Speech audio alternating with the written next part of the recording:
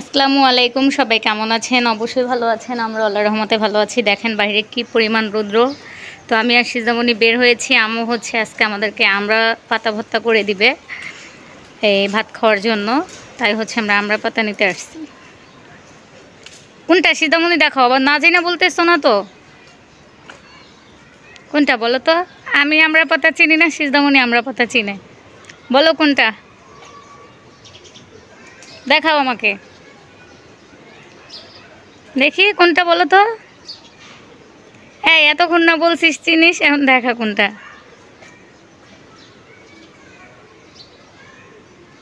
এই গন্ধ শুনে বোঝা যায় কোনটা আমরা পাতা। এই আম্মু আমরা পাতা কোনটা জিজ্ঞেস করতো নানুকে। তো সে বাসার থেকে আসার আগে খুব বলতেছিল সে আমরা পাতা চিনে, আর এখন চিনতেছে না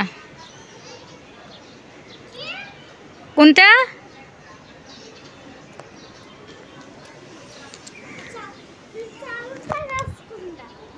চালতা গাছ কোনটা তাই আমি কি গাছ চিনি? তোর নানু জানে না।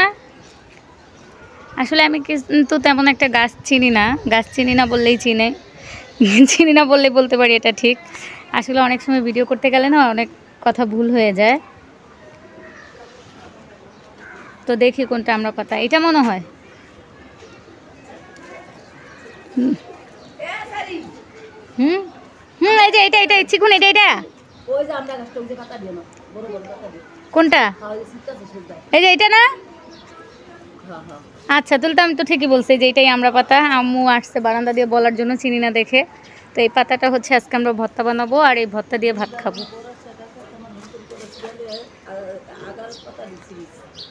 আচ্ছা নিতেছি, তুমি ছিঁড়ো।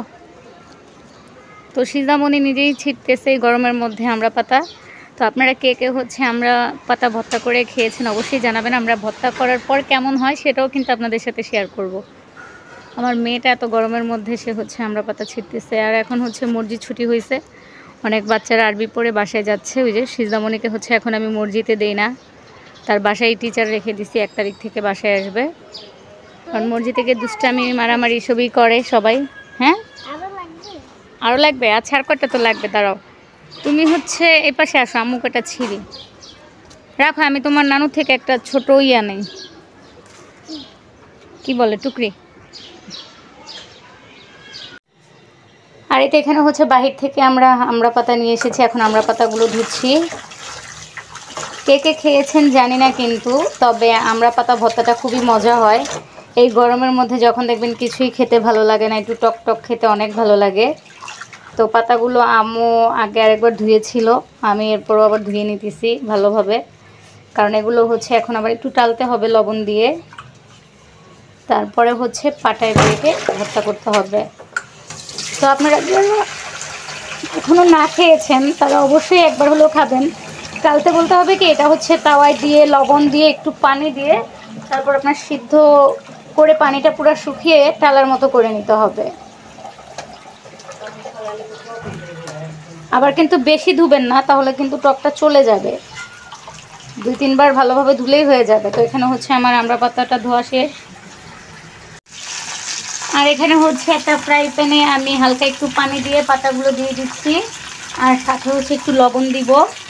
আর সিদ্ধ হওয়ার পরে পানিটা একদম শুকিয়ে নিতে হবে, আর নয়তো কিন্তু খেতে ভালো লাগবে না। এটা হচ্ছে একদম শুকিয়ে নিতে হবে। আমি পুরাটাই আপনাদেরকে দেখিয়ে দিচ্ছি কিভাবে করবেন।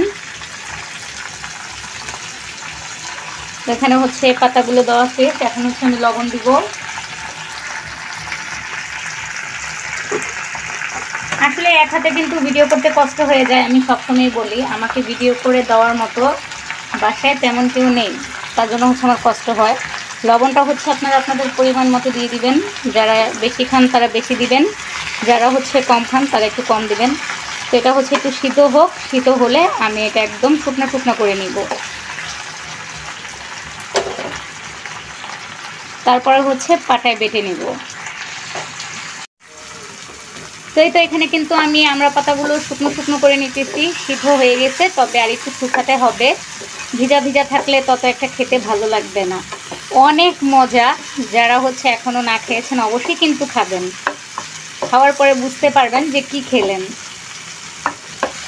আর এগুলো হচ্ছে আম্মু যে গাছ লাগিয়েছিল, ভিডিওর প্রথমেই তো দেখলেন আমি একদম টাটকা গাছ থেকে ছিঁড়ে নিয়ে আসলাম, তারপর হচ্ছে বানাচ্ছি। নিজেদের গাছের কোনো সবজি বলেন, কোনো পাতা বলেন, যেটা দিয়েই যেই রেসিপি বানান না কেন, খেতে কিন্তু অসম্ভব ভালো লাগে। তো এটা আমি আর একটু শুকনো শুকনো করে নেই।